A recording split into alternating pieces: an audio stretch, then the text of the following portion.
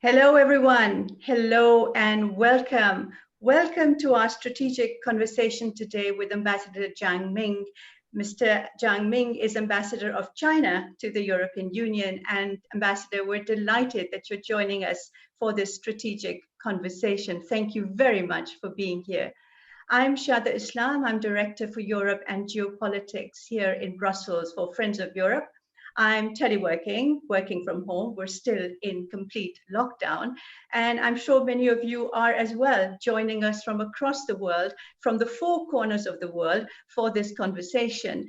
We've had actually four strategic conversations. The first one was with Jaya Ratnam, the ambassador of Singapore to the European Union. We then went to Addis and had a conversation with Vera Songwe, Dr. Vera Songwe, Executive Secretary of the Economic Commission for Africa. And just recently, 2 days ago, we had a conversation also with Gunnar Wiegand, who's Managing Director for the European External Action Service for the Asia Pacific. And today we have Ambassador Zhang Ming. Ambassador, you've been here for 2.5 years. I've been following Europe-China relations for almost 30 years. And anyone doing that, like I have, we know that this is always been, and I think will continue to be, a bit of a roller coaster ride. We're up one day, down the other. We agree, we disagree, we're complicit, we have discord, we cooperate, and we compete.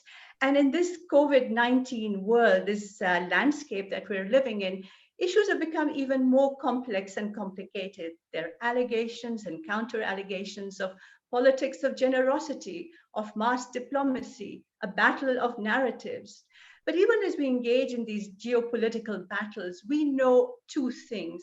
We will have to work together, all of us, China, Europe, the United States, the entire world, if we're going to find that vaccine against COVID-19. And as we move out of this lockdowns, as we go into an exit strategy, we have to rebuild this devastated world economy. Trade has come to a standstill, tourism has fallen, and millions of people across the world are really without jobs at this moment. So we're facing a very dire global situation. We have to work together. It has to be all hands on deck.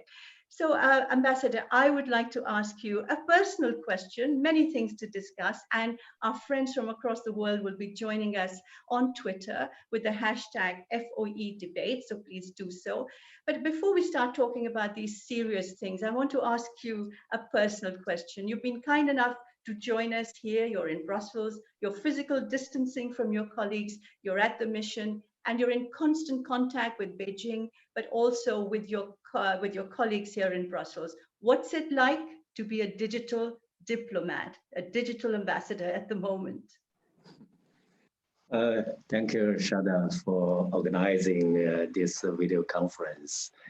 And hello, everyone online. And well, really, it's a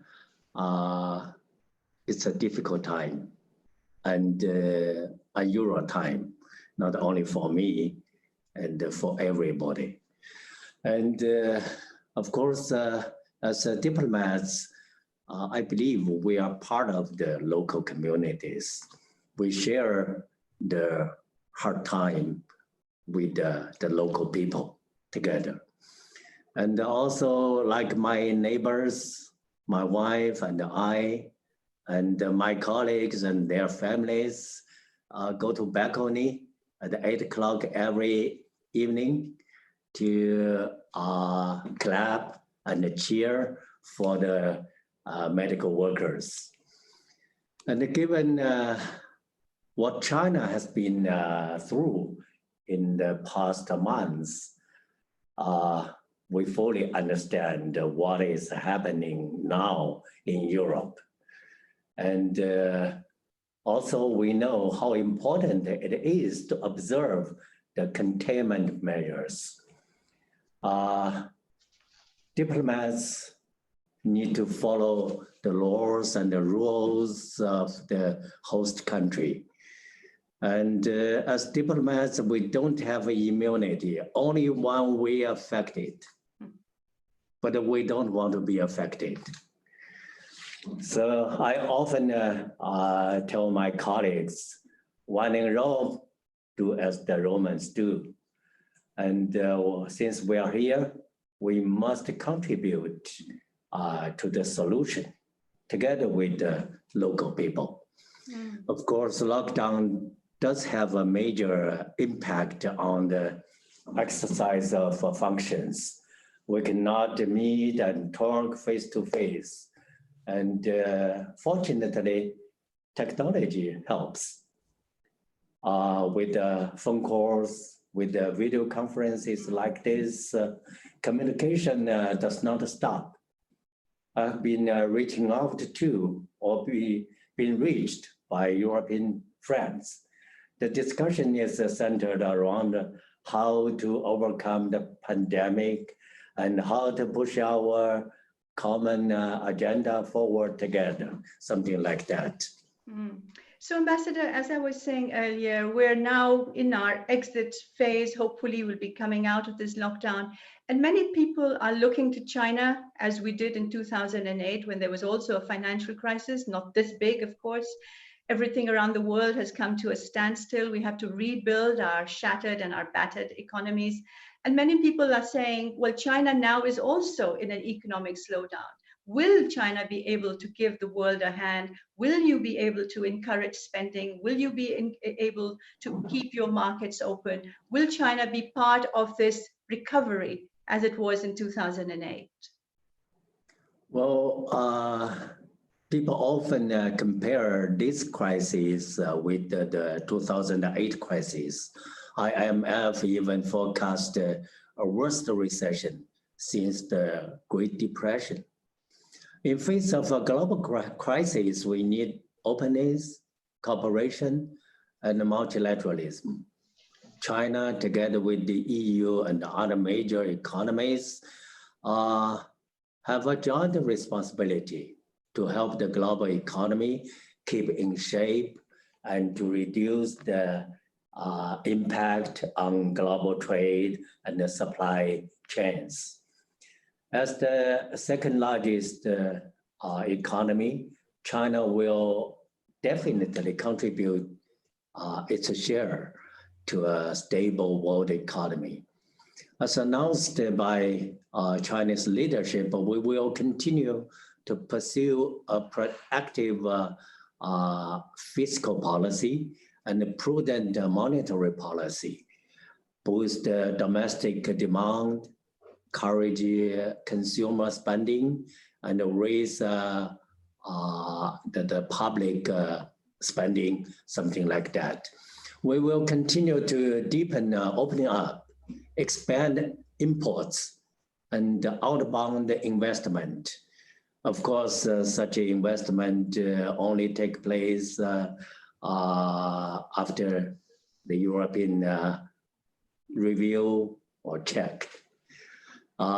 We are steadily resuming production while fighting the virus. These measures, I believe, will be helpful. And recently, G20 finance ministers, including China, agreed on a plan to relieve the poorest countries of debt payments. China is also committed to help those countries in difficulties through our bilateral consultation.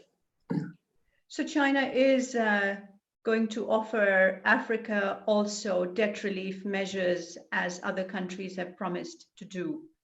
Yeah, and we have a very close cooperation with the African countries, just as European countries with the Africa. And we are in close contact with our African partners to work together to overcome the difficulties and the pandemic and also the poor condition, economic condition, and something like that.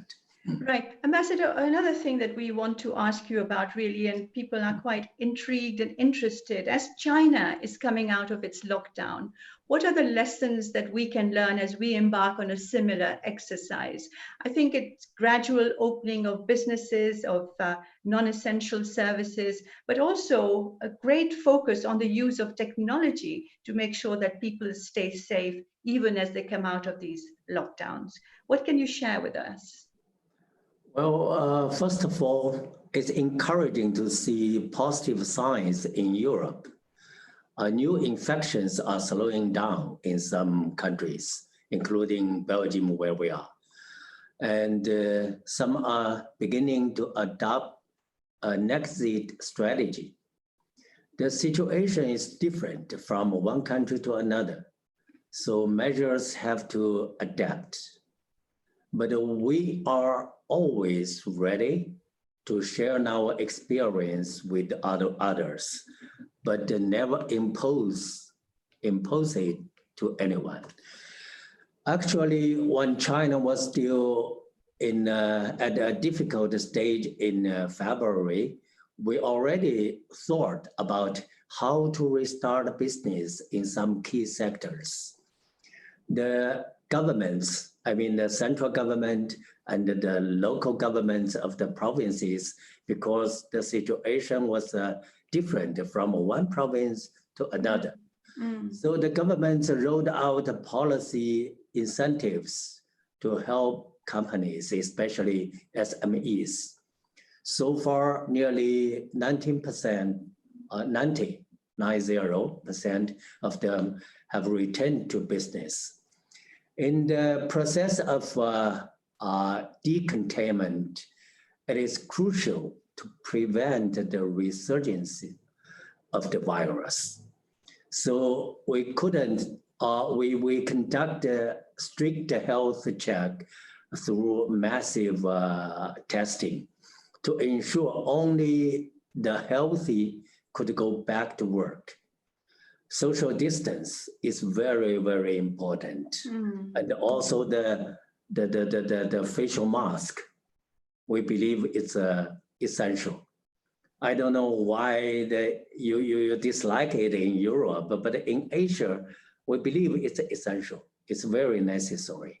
And a doctor told me that the mask will help the healthy people with the extension of the social distance.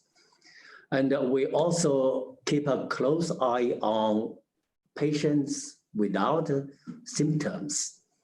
Well, the virus, the novel coronavirus is very complicated and very cunning. And so it's not easy. Right. So given the global nature of the pandemic, there is a need for better coordination. No one is safe until everyone is safe. It is up to all of us to find solutions and minimize consequences. Anyway, China and Europe are always strong partners along the way. Right, thank you very much. Mr. Ambassador, there are, of course, as I said initially, allegations of geopolitical games becoming entangled in this pandemic. And China has been accused of disinformation campaigns, accused of covering up the real number of people, the victims of coronavirus, and also of engaging in this so-called politics of generosity. Is China really using this pandemic, this rather tragic situation, to expand its global outreach and to become more of a global power? Are you trying to win this geopolitical battle at this time? Well, to help people in difficulties is the tradition for Chinese, for European, for all the civilizations, I think. And COVID-19 is a human tragedy, not a playground for politics. As WHO pointed out, we are fighting both the pandemic and the infodemic. Disinformation is an enemy for all of us and it should be addressed by all of us. From the very beginning, China has suffered a lot from the disinformation. It's very bad for the the fighting against the pandemic. At the most difficult moment in fighting the virus, China received the kind of assistance from Europe. It's widely covered by Chinese media. My mission tweeted the press release of the commission. Chinese people spoke highly of EU's aid, and no one said it's politics of generosity, something like that. No, never. And China's help to Europe, like Europe's help to China, is a sign of solidarity, not a political calculation. Apart from Europe, China is also cooperating with Africa, just like I mentioned just now, and other vulnerable regions. And the EU is doing similar things. And this is about serving public good, not a political game. And we'd better to forget politics now. We are in a very special time. We are in a battle between the sapiens and the virus. We cannot start another battle, a battle between a group of the sapiens and another. It's wrong. Anyway, no matter what kind of labels are put on China's efforts, we will continue to do the right thing. That is to extend a helping hand and save as many lives as possible. This is what really matters. Right. Ambassador, thank you for that. There's a question coming in about the fact that the European Union will soon, I think, launch a global coalition in line with G20 conclusions to gather many countries, foundations, and international organizations to pledge together for COVID vaccines, diagnostics, and treatment research. Several countries are expected to join in. Is that some kind of an initiative that China would value and like to become part of? Well, EU colleagues have told me about the pledging event. Beijing is taking a close look at the invitation. We share the view that it is important to mobilize more resources for vacancy development and for the work of WHO. Yesterday, China announced additional $30 million to WHO. And on the basis of the previous $20 million, we hope to contribute to the global fight against the virus, especially in developing countries. Right. And another question that's come in is, of course, about Europe-China relations per se. There was a summit to be held in March, and that was postponed. There's another summit coming up in Leipzig with the German presidency. Not sure whether that will be a physical face-to-face meeting or perhaps by remote as well. And one of the key issues that was being discussed, and you referred to it a bit, was the bilateral investment treaty as the first step to actually getting something down on paper in terms of EU-China investment flows. Where are we at with those negotiations? Have they come to a standstill? Well, COVID-19 is affecting the original schedule between China and the EU. Yet it does not paralyze our communication, nor undermine our shared commitment to the comprehensive strategic partnership. The two sides have been in close contact to prepare for the high-level exchanges for this year. We aim to deliver positive results and bring our relations forward. On the bright side, the pandemic shows once again that China and EU should be partners, not rivals. The pandemic could be an opportunity for both China and EU to explore new areas of cooperation. The BIT talks keep going on. Last Friday, 1 week ago, my Vice Premier, Mr. Liu He, had a conversation with Mr. Dombrovskis, both two strongly committed to push forward the negotiation of the BIT.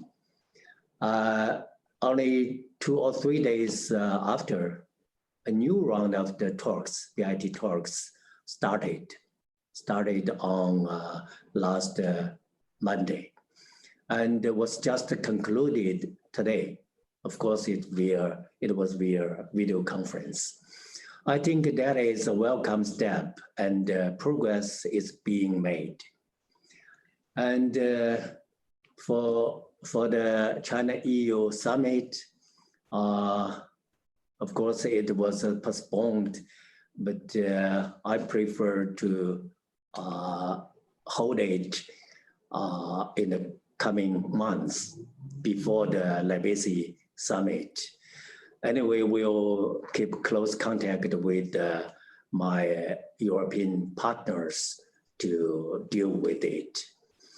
And during the COVID-19 crisis, there has been a growing talk of deglobalization, exactly, coupling, exactly, and protectionism, and continuation of the BIT talks itself demonstrates that China and the EU are strong advocates for openness, for cooperation.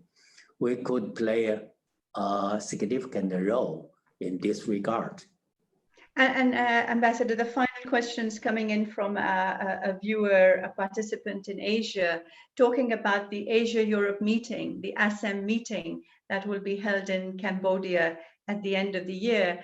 And as I was saying in the past, in 2008, ASEM leaders, 53, 54 countries, China was there. There was a meeting held in Beijing, and China and the other Asian countries and Europe came together and made a pledge in favor of effective multilateralism and keeping markets open because of the financial crisis in those days. Do you think the ASEM meeting this year could send a similarly encouraging message of openness and collaboration? China and EU are both important ASEM members. In fact, public health is an important area of ASEM. And I think this cooperation will be strengthened. And under the, especially under the current circumstances, there is a shared interest to strengthen such the cooperation. China just had a ASEAN +3 summit on COVID-19. And also in February, we had a China-ASEAN foreign ministers meeting on COVID-19. I know EU and ASEAN also had a ministerial conference on the pandemic. And there is a good basis, I believe, for Europe-Asia health cooperation for us to build on, as well as many other areas of the cooperation. Thank you very much, Ambassador, for giving us such an important information about not just China-Europe relations, but also what you're doing with other Asian countries and your plans with Africa. And the fact that your experience in coming out of the lockdown, doing things gradually, the use of masks and technology, I think these are useful tips for us to take on. And of course, we are in the middle of a very tense geopolitical landscape. US-China relations are not at the best. There are conspiracy theories, disinformation, and a lot of blame games going on as well. But I really appreciate, and I think Friends of Europe appreciate, the fact that you found time to come and talk to us about how important China-Europe relations are. And also, Ambassador, the reassurance you've given that as in 2008, China will be there, will be spending more, investing, and also keeping markets open. And of course, I hope this will be the case. We can take those conversations to the World Trade Organization and begin really a process of reform and change within the World Trade Organization as well as in other international fora. So thank you very much, Ambassador. Thank you all for joining us and for the questions and comments you've sent us. Our next strategic conversation is on the 29th of April. It's with Cristina Galash, who is the Secretary of State for Foreign Affairs in Spain. She'll be talking also, like you did, Ambassador, of multilateralism and international collaboration, but also very importantly of Latin America. So thank you again all very much for joining us. Ambassador, have a good day. Everyone stay safe and stay healthy. Bye. Thank you. Thank you, Shada. Be careful. Be safe. Thank you.